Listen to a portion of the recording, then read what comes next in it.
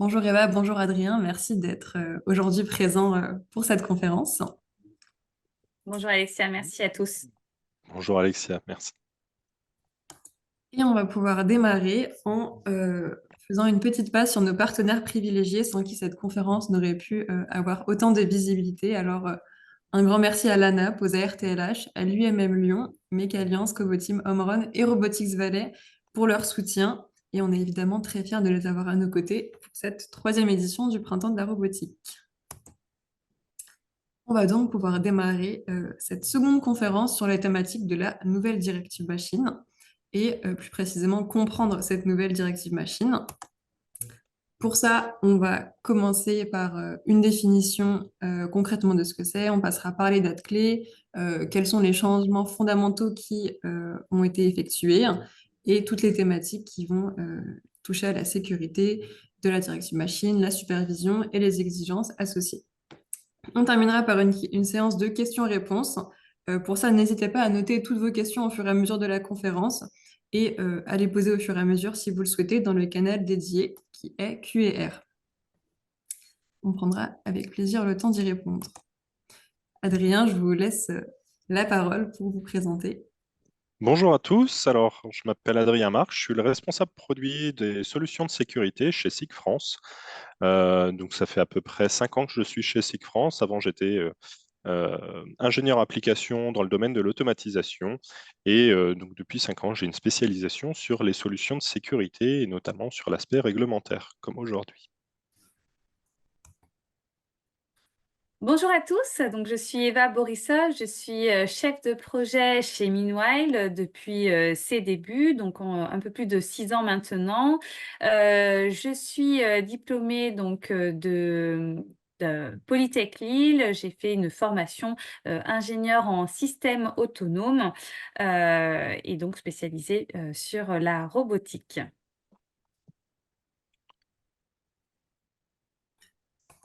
Adrien, je vous laisse la main sur la présentation.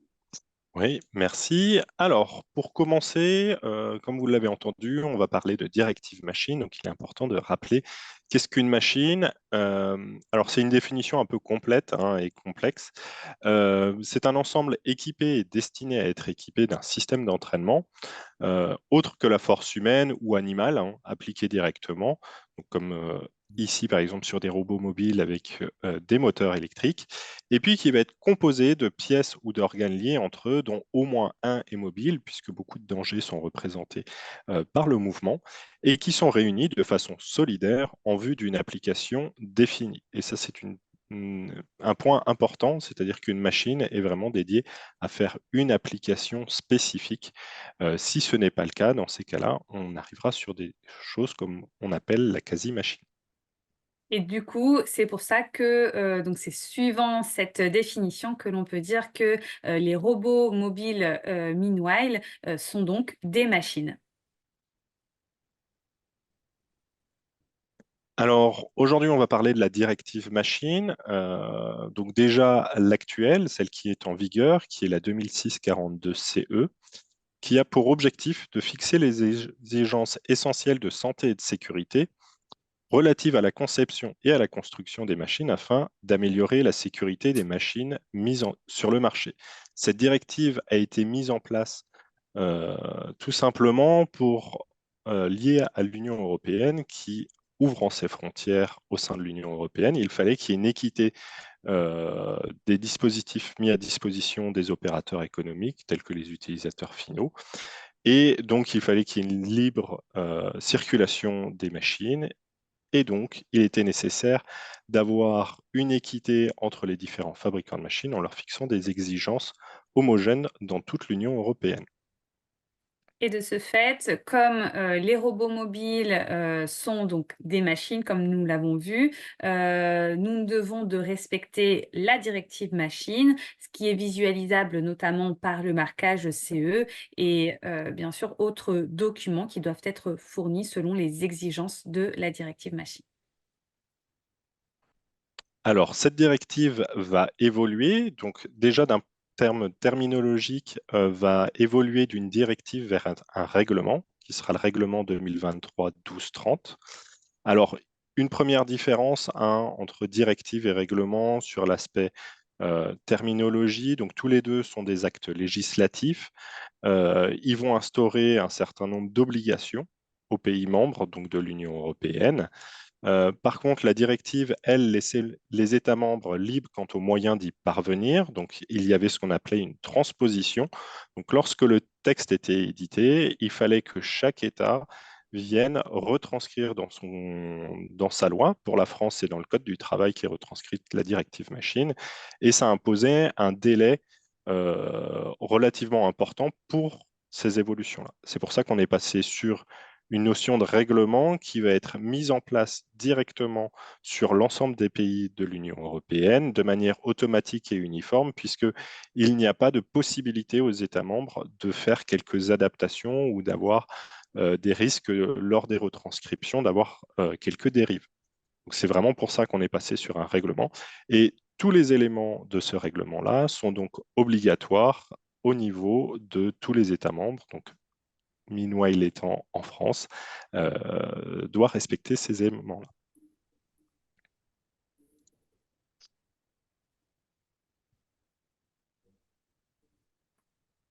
Alors pourquoi est-ce qu'il y a eu ce changement-là? Donc on l'a vu sur un aspect plutôt légal et rapidité de mise en œuvre, mais aussi et surtout parce que dans le texte, il était nécessaire d'aller clarifier le champ d'application. On a vu apparaître des nouvelles technologies comme l'intelligence artificielle, l'Internet des objets, la robotique, traditionnelle avec des robots 6 axes, par exemple, mais aussi la robotique mobile, qui ont amené tout un tas de nouvelles questions sur la sécurité des opérateurs qui vont utiliser ces machines. Alors, quand on parle d'opérateurs au sens de directive machine, on est assez large, hein. Ce n'est pas que la personne qui va utiliser la machine, mais les équipes de maintenance, toutes les personnes qui vont travailler autour d'une machine. Et puis, il y avait un objectif aussi à travers ce changement-là, c'était de plus en plus d'entreprises intègrent des machines, notamment et surtout beaucoup de PME, pour qui il y avait un impact assez important en termes de charges administratives pour démontrer le fait que leur machine était adéquate et répondait aux exigences.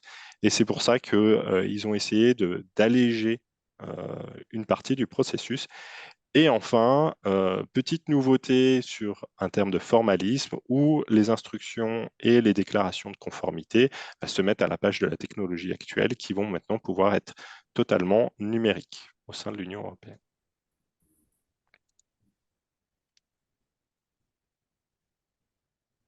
Alors, il est important de prendre en compte les dates clés. Donc, ce règlement machine est paru l'année dernière, au moment du 29 juin 2023.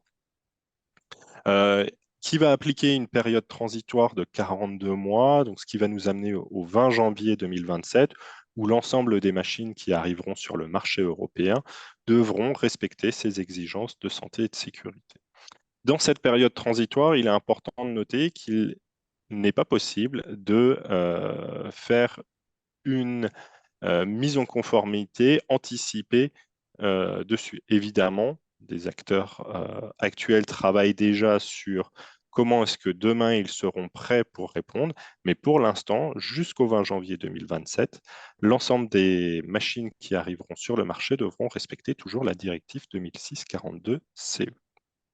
Alors, il y a quelques exceptions sur la surveillance de marché, mais c'est vraiment plutôt pour l'aspect légal, sur l'aspect vérification des organismes de conformité, etc., où dans la période transitoire, il y a quelques mises en application. Alors, donc, on a le règlement machine qui, lui, va fixer un certain nombre d'objectifs à tous les constructeurs de machines tels que Meanwhile. Leur application, elle est obligatoire puisque, je vous le disais, ça fait partie du Code du travail français, donc ils ne peuvent pas y déroger. En complément, pour accompagner justement tous ces acteurs du marché, que ce soit les utilisateurs finaux, mais aussi les constructeurs de machines, il existe un certain nombre de normes qui vont préciser la manière de répondre à l'exigence. Par exemple, il faut être capable, le règlement machine va imposer de faire une appréciation des risques. Il existe une norme qui, elle, va dire comment conduire une appréciation des risques et donc répondre à l'objectif de faire une appréciation des risques correcte fixée par le règlement machine. Associés dans ces normes-là, il va y en avoir un certain nombre qui vont être harmonisés. C'est-à-dire qu'il y a un groupe d'experts qui vont réunir différents acteurs du marché, que ce soit des constructeurs, que ce soit des utilisateurs finaux, des experts techniques, des fournisseurs de composants comme SICK peut l'être, qui vont se mettre d'accord pour dire si je suis les préconisations de telles normes, alors je réponds à certains objectifs du règlement machine, et c'est ce qu'on va appeler une norme harmonisée. On en parlera un petit peu plus tard. L'ensemble de ces normes-là, contrairement à ce qu'on entend souvent dans les médias, leur application, elle est volontaire. Ce n'est pas obligatoire de répondre à ces normes-là. Par contre, le fait de répondre à des normes harmonisées permet d'être sûr qu'on répond à des exigences du règlement machine ou de la directive machine à l'heure actuelle. Donc, dans cette phase de transition de la directive machine vers le règlement machine, et toujours avec l'objectif du coup d'assurer la continuité de la présomption de conformité qui est donc conférée par les normes harmonisées, comme l'a précisé Adrien, la Commission européenne propose au comité technique du CEN d'effectuer via une plateforme en ligne une gap analysis. Donc, c'est un exercice un peu particulier, mais qui se veut pragmatique et qui vise avant tout à éviter la lourdeur de la procédure de normalisation habituelle, en demandant donc aux experts des comités techniques, dont Meanwhile fait d'ailleurs partie, d'identifier parmi les exigences nouvelles ou modifiées du règlement machine, celles qui sont pertinentes, mais non couvertes dans les normes actuelles, qui sont donc listées au journal officiel. Et donc, ce avant octobre 2024. C'est donc un travail un peu ambitieux de mettre en place cette gap analysis, mais voilà, les comités techniques y travaillent, nous y travaillons. Cependant, donc, les normes harmonisées pour lesquelles cet exercice-là de gap analysis n'aura pas été complété avant octobre 2024 ne seront donc pas reprises dans la première liste des normes qui seront publiées au jour en support du règlement machine.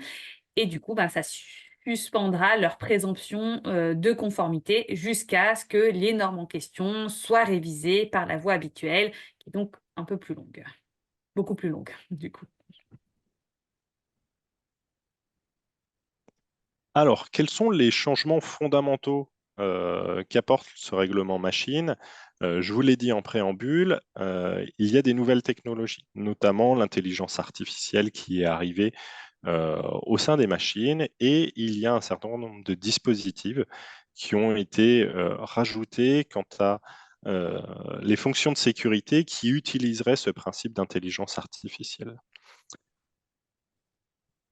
Sur un deuxième point, on va avoir la notion de cybersécurité, qui est un sujet aussi très d'actualité que vous pouvez entendre. Ce règlement machine-là vient intégrer pour les systèmes de contrôle de la sécurité, donc uniquement pour la partie sécurité, euh, un certain nombre de dispositifs de traçabilité et d'objectifs de maintenir la sécurité opérationnelle des machines directement. Enfin, l'avant-dernier point, elle apporte tout un tas de précisions sur la modification substantielle, c'est-à-dire que si un utilisateur final vient à modifier une machine, euh, au-delà d'un certain seuil, il viendra comme un fabricant et devra suivre l'ensemble des processus que suivent les fabricants de machines pour pouvoir certifier la conformité au règlement machine. Enfin, et ça va être le sujet plus précis du jour, il y a un certain nombre d'exigences qui ont été accrues pour ce qu'on appelle les machines autonomes et télécommandées.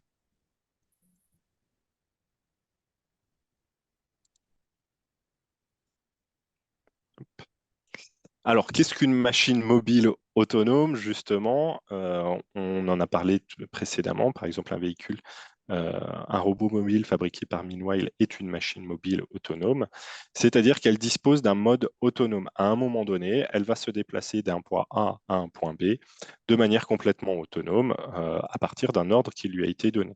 Ce n'est pas une machine qui va être conduite par un conducteur qui, lui, serait sur le véhicule avec un volant, des pédales, etc. Donc là, le véhicule se déplace vraiment de manière autonome. Associé à la sécurité, il faut bien comprendre que ces véhicules-là vont circuler dans des zones où il y a des humains. Il faut garantir leur sécurité. C'est le premier objectif du règlement machine et de la directive machine actuelle. Et donc, il va falloir qu'il intègre un certain nombre de fonctions essentielles pour assurer dans sa zone de déplacement et dans sa zone de travail la sécurité des opérateurs qui sont à proximité. On verra dans une deuxième étape la notion de supervision, comme on l'avait vu dans l'introduction.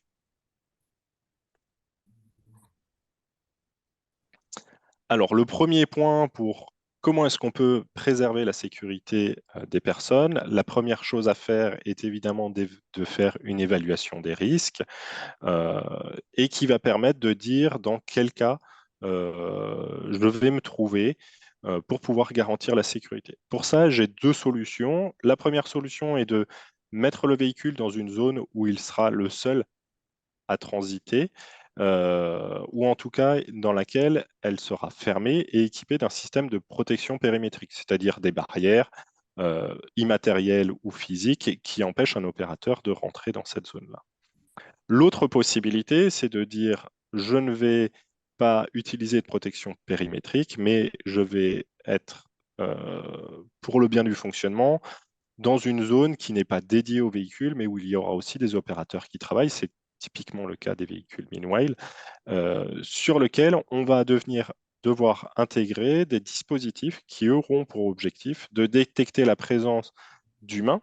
Mais ce qu'amène le nouveau règlement machine, notamment, c'est la précision qu'il faut être capable aussi de détecter des animaux domestiques ou tout autre obstacle qui pourrait engendrer un risque pour les personnes environnantes.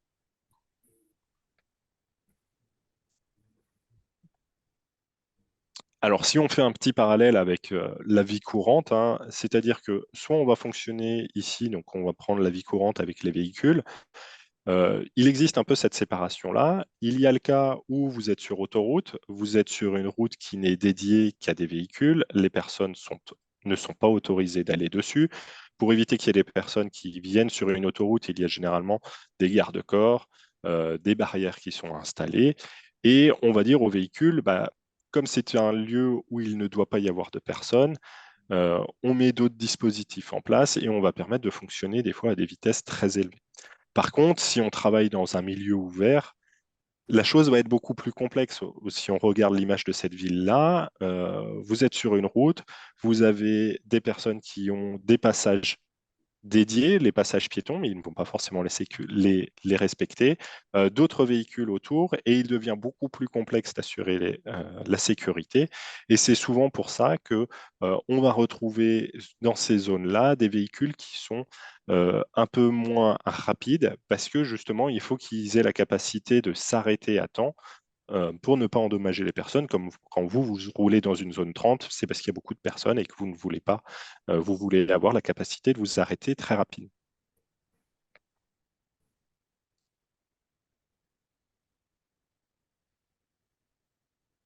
Alors, cette notion-là de zone vient faire écho avec la norme NFEN ISO 3691-4. Donc, derrière ce numéro barbare se cache en fait une norme qui va traiter des exigences de sécurité pour les chariots sans conducteur et leur système. Donc la très bonne nouvelle, c'est tout récent, hein, c'était en préparation de ce webinaire que Evan m'avait justement noté le fait que depuis le 15 mai, en fait, cette norme-là a été harmonisée avec la directive machine 2006-42-CE. Voilà, effectivement, puisque c'est donc Meanwhile, comme je l'ai dit, fait partie des groupes de travail, hein, d'harmonisation notamment de cette norme-là, donc avec la directive machine. Et donc, pour rappel, hein, on continue le travail pour la gap analysis vers le règlement machine.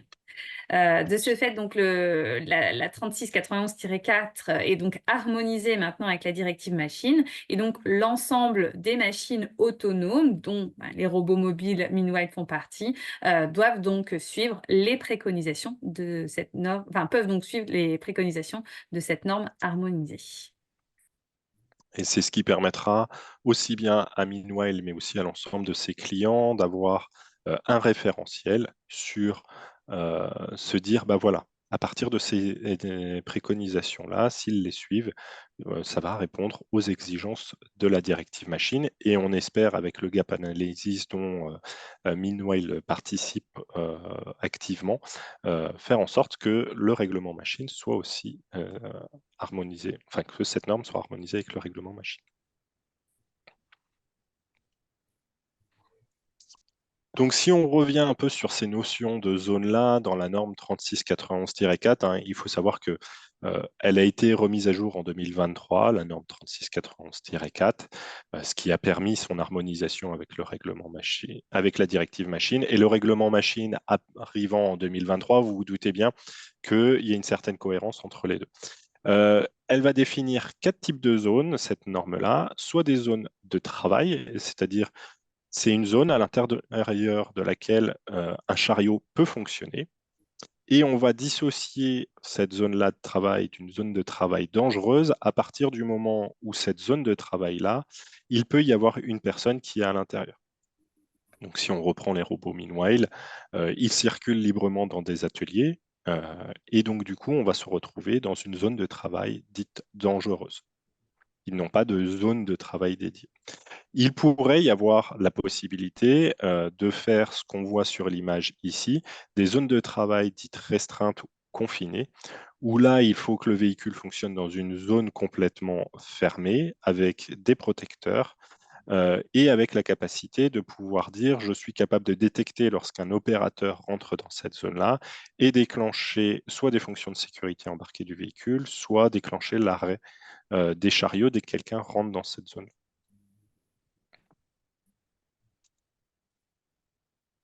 Donc, par rapport aux zones de travail, les exigences qui sont associées, c'est qu'il faut qu'il y ait un dispositif de détection des personnes dans le sens de déplacement du véhicule. Donc, s'il va en marche avant et en marche arrière, il faudra des dispositifs des deux côtés.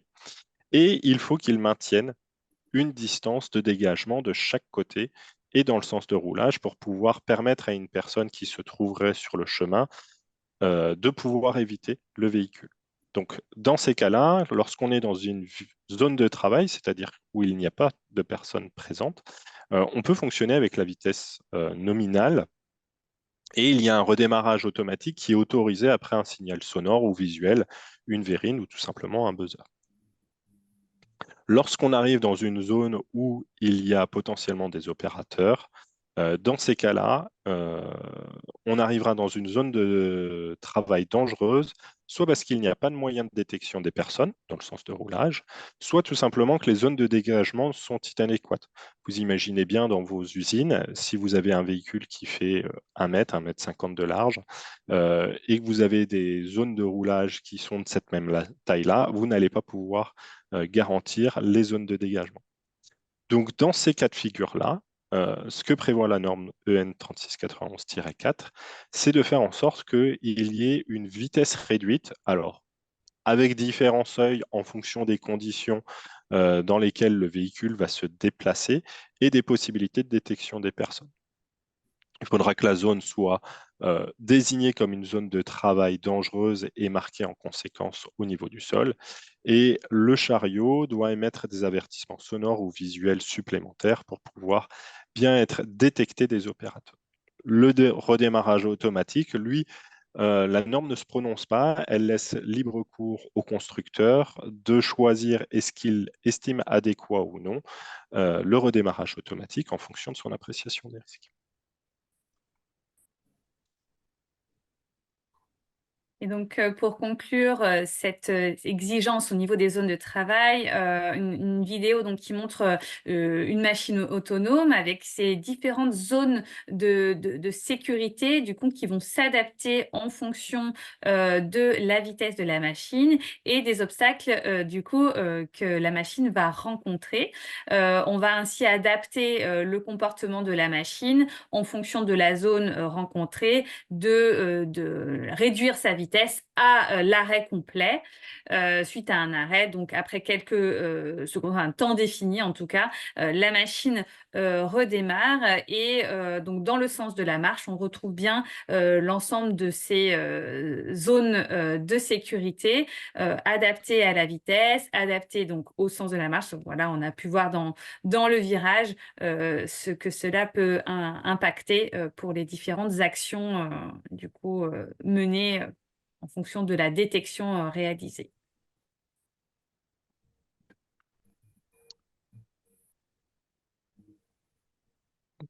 Donc voilà pour l'exigence sur les zones de travail. Parmi les autres exigences du coup du règlement machine, on a une attention particulière aussi qui est portée au sujet des remorques ou des équipements remorqués.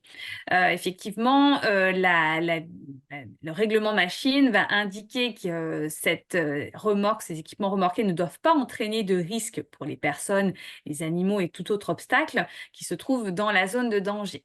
Il faut bien du coup noter, et c'est ce que nous avons pu voir aussi en tant qu'experts de la robotique mobile, c'est que vous pouvez avoir des machines mobiles qui, elles, sont tout à fait, bien sûr, équipées de la sécurité pour répondre aux exigences, mais qui vont parfois tracter des remorques.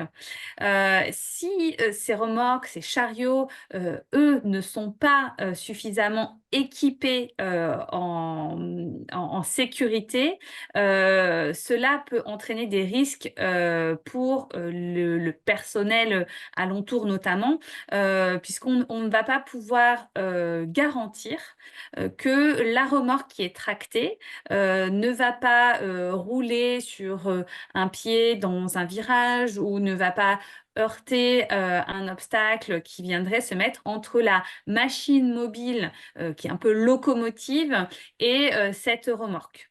Voilà, donc c'est des points qui sont nécessaires, des points de vigilance à avoir. Et voilà, c'est pour ça que aujourd'hui, en tout cas comme exemple concret, Meanwhile ne tracte pas, mais vient toujours embarquer une charge, l'englober avec l'ensemble des systèmes de sécurité pour que l'ensemble du volume qui est transporté soit bien, ait bien tous les équipements de sécurité nécessaires pour pour cette zone de travail et avoir les arrêts nécessaires si besoin, si un obstacle est rencontré.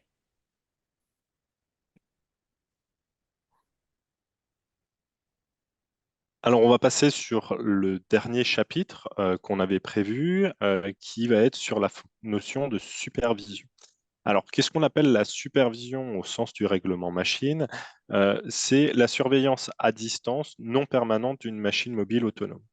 Par un dispositif permettant de recevoir des informations ou des alertes et de donner des ordres limités à cette machine. Donc, typiquement, c'est le genre de choses que peuvent faire Meanwhile, si je ne me trompe pas, avec un service qui viendra se connecter sur votre véhicule et lui donner un ordre pour éventuellement le sortir d'un cas de figure très particulier qui aurait pu se passer avec des obstacles qui sont arrivés d'un seul coup dans le véhicule et qu'il n'a plus la possibilité de sortir, par exemple, de cette zone extrêmement encombrée.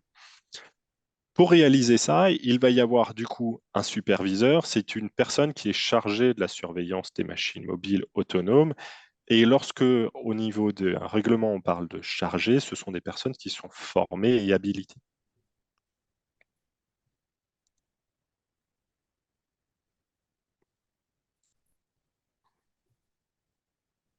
Alors, par rapport à cette fonction de surveillance-là, il est important de noter qu'avec le nouveau règlement, pour les machines mobiles autonomes, il faudra que le système de commande soit conçu pour exécuter lui-même les fonctions de sécurité, même lorsque des actions sont ordonnées au moyen de fonctions de supervision à distance. C'est-à-dire que si on reprend l'exemple que montrait Eva, avec le véhicule et ses dispositifs de détection des personnes, eh bien, il faudra que ces dispositifs-là sera toujours actif, même lorsque l'opérateur donne des commandes. C'est-à-dire qu'il aura une assistance qui lui sera donnée en parallèle. Il est important de noter, et là c'est notamment les notions de cybersécurité, que si à un moment donné, il y a une défaillance au niveau du système de supervision, il ne faudra pas que ça ait d'impact sur la sécurité de la machine. Et puis, enfin, c'est peu le cas, mais il faut aussi que le déplacement tienne compte des risques liés à la zone où elle est destinée à se déplacer et à travailler, c'est-à-dire que s'il y a des pentes, s'il y a des trous, etc., il faudra que le véhicule soit capable de réagir en conséquence. Parce que s'il perdait la stabilité du véhicule, ça pourrait tomber sur un opérateur et ça serait plutôt inadéquat.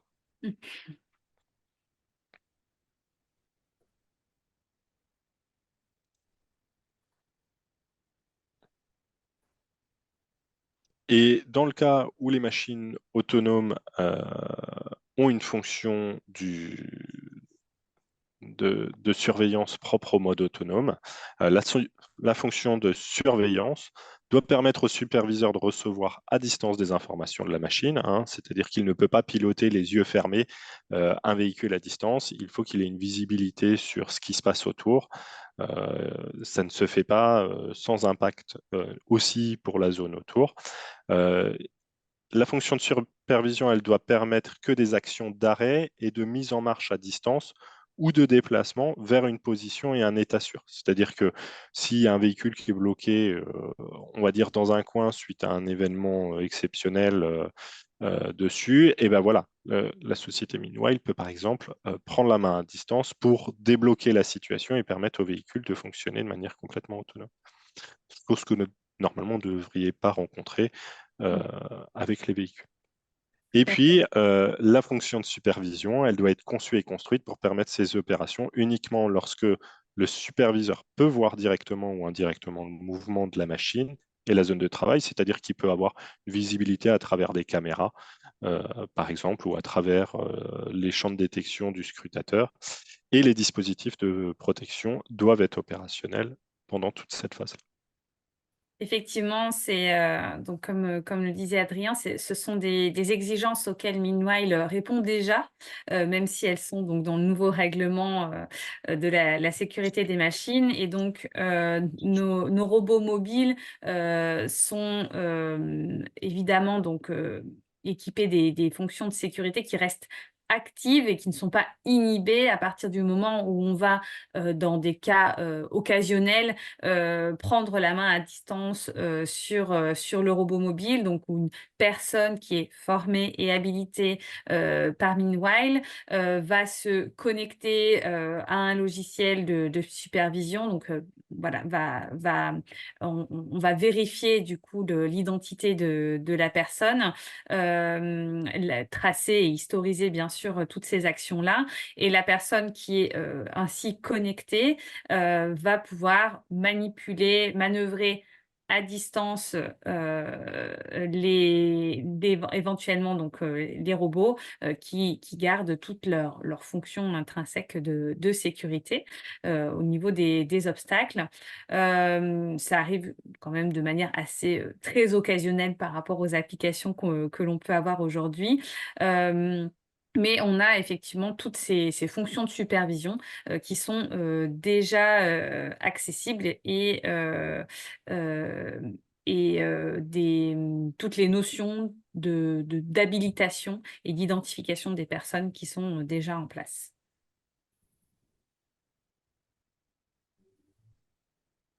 Donc voilà pour la partie présentation.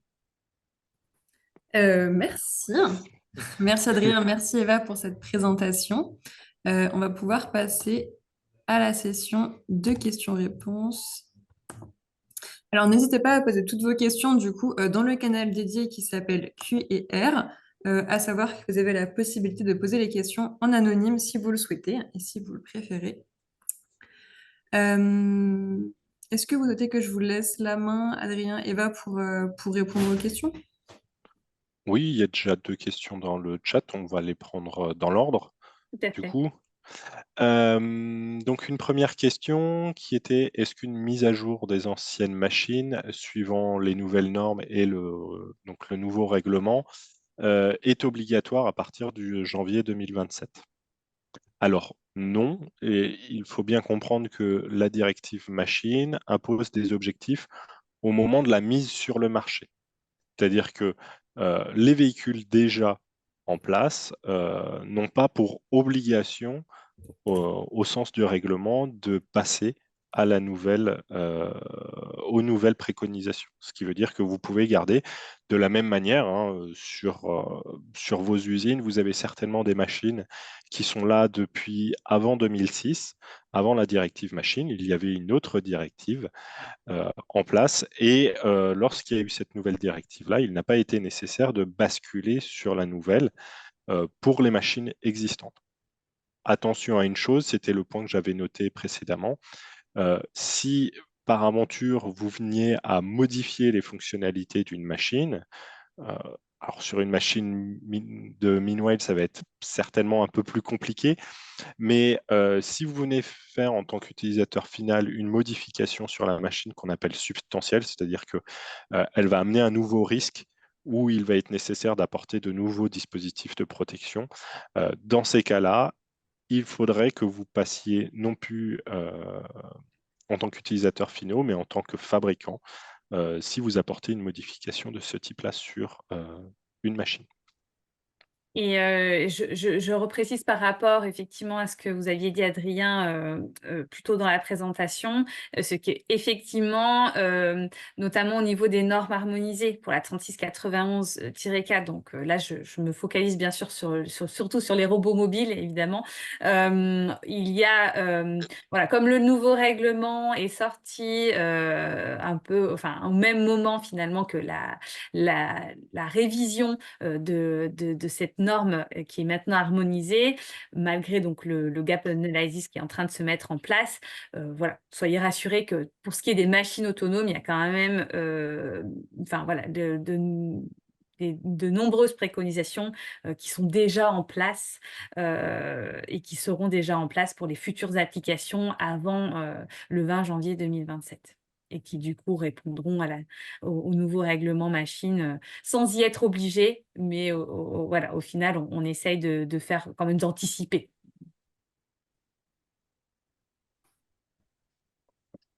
Merci pour la précision, Eva. Je pense qu'on a répondu à votre question, monsieur Garbi. Qui a dû, d'ailleurs, qui nous a indiqué, je crois, dans le chat il avait dû s'en aller. Ah oui, Mais bon, d'accord. ça, J'avais c'est pas une vu. question, je pense, qui brûlait les lèvres de beaucoup d'autres participants. Et donc, du coup, on va passer à la question suivante. Euh, pour l'instant, je n'en vois pas d'autres. Donc, qui était de savoir, concernant la fonction de surveillance, on voulait avoir une précision sur est-ce qu'il est possible de télécommander la machine à distance ou seulement de la débloquer, voire de lui demander de se déplacer, toujours sous le contrôle de son système de navigation propre. Oui, comme vous l'avez bien compris, dans la notion de supervision, l'objectif, c'est que c'est un véhicule, une machine mobile autonome. Donc, son fonctionnement est autonome. Donc, la fonction de supervision, elle vient uniquement pour débloquer une situation dessus ou pour pouvoir amener le véhicule à une position. Pendant ce temps-là, il va y avoir les dispositifs de détection des personnes qui restent actifs.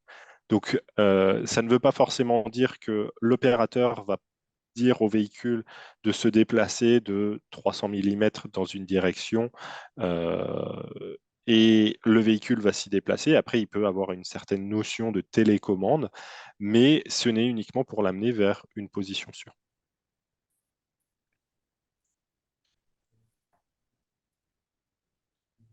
Eh bien, a priori, nous avons bien répondu. Nous avons une nouvelle question qui est arrivée. Alors,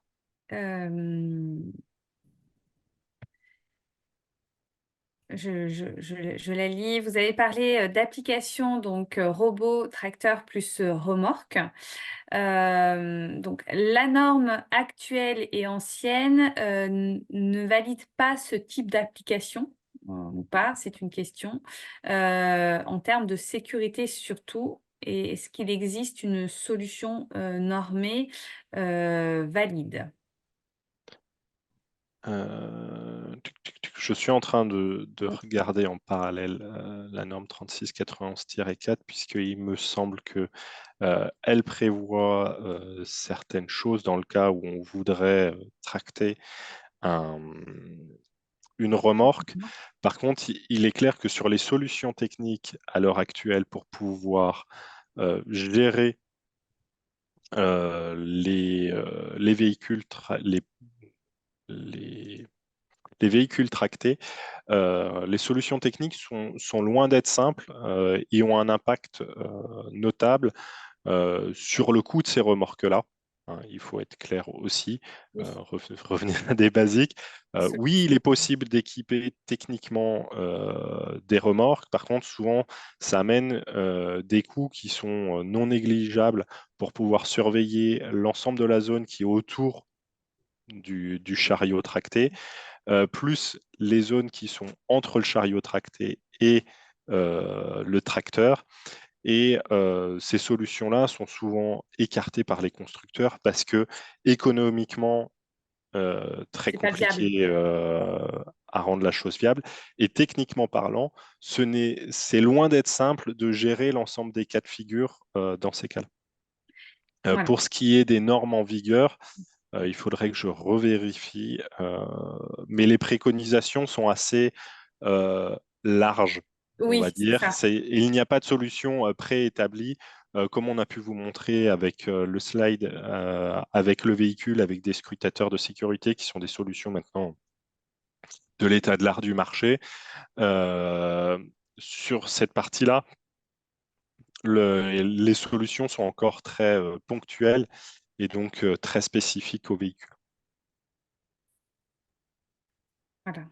Désolée de ne pas pouvoir être plus précis, mais c'est vrai que ça nous arrangerait bien tous, mais ouais, à ce jour, à notre connaissance en tout cas, non, il n'existe rien de très précis pour répondre à ces exigences-là.